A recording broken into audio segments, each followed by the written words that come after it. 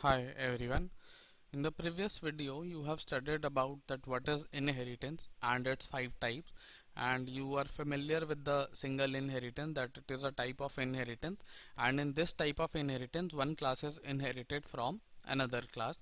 So in this program of single inheritance, I have inherited one class from another class.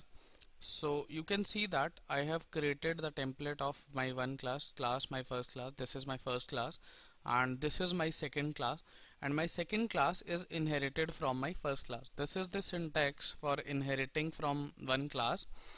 You can write the name of my first class. This is as same as of leave. If we leave this part, this is the definition of my second class, and if I want to inherit any feature from my first class, I need to just write here a colon and after that the name of the class from which I want to inherit the features. And in the definition of my second class, I have made one public member function 2, which has which is calling a function 1 from my first class.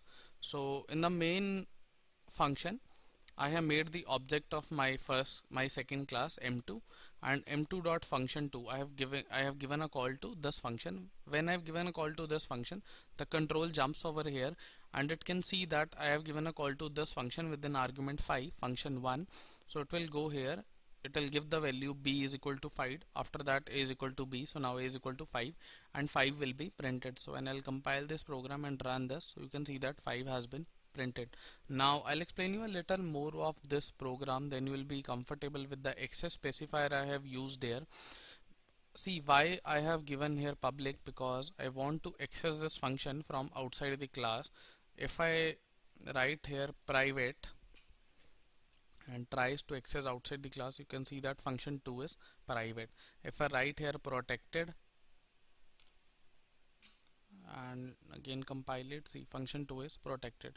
So you can only access public data member or member function outside the class. So I'll write here public, and see this is the protected data member of my first class, so it cannot be accessed outside the class until and unless one class inherits the feature. Like my second class has inherited the feature from my first class, so it can access function 1.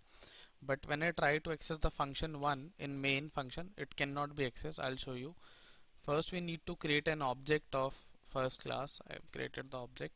Then we need to access function 1, but we need to write an argument over here because it is taking an argument. So I'll just compile it and run it. See, function 1 is protected, so you cannot access protected member outside the class. And if I write here private, I'll just compile it. See, function 1 is private, and if I write here public, here there is no error and will be compiled, and 5 will be printed because you can access public member outside the class. So I want this kind of feature that only the class which will be inherited from this class can only use this member. So I need to write here protected. If I write here private, then the inherited class won't be able to use this member function. You can see that I'll delete this line, and when I'm gonna compile it, see function 1 int is private, so you cannot use it here. So I need to write it protected if I want that inherited class should be used it. So few things we are clear from here, that when we apply public, the data member or the member function can be called from anywhere. When we apply protected, the data member or member function can only be called from that classes which are inherited from that first class. And when we use private, no data member or member function can be outside the class, even that class is inherited. So this is about the single inheritance. In the next video you will be studying another type of inheritance. Thank you.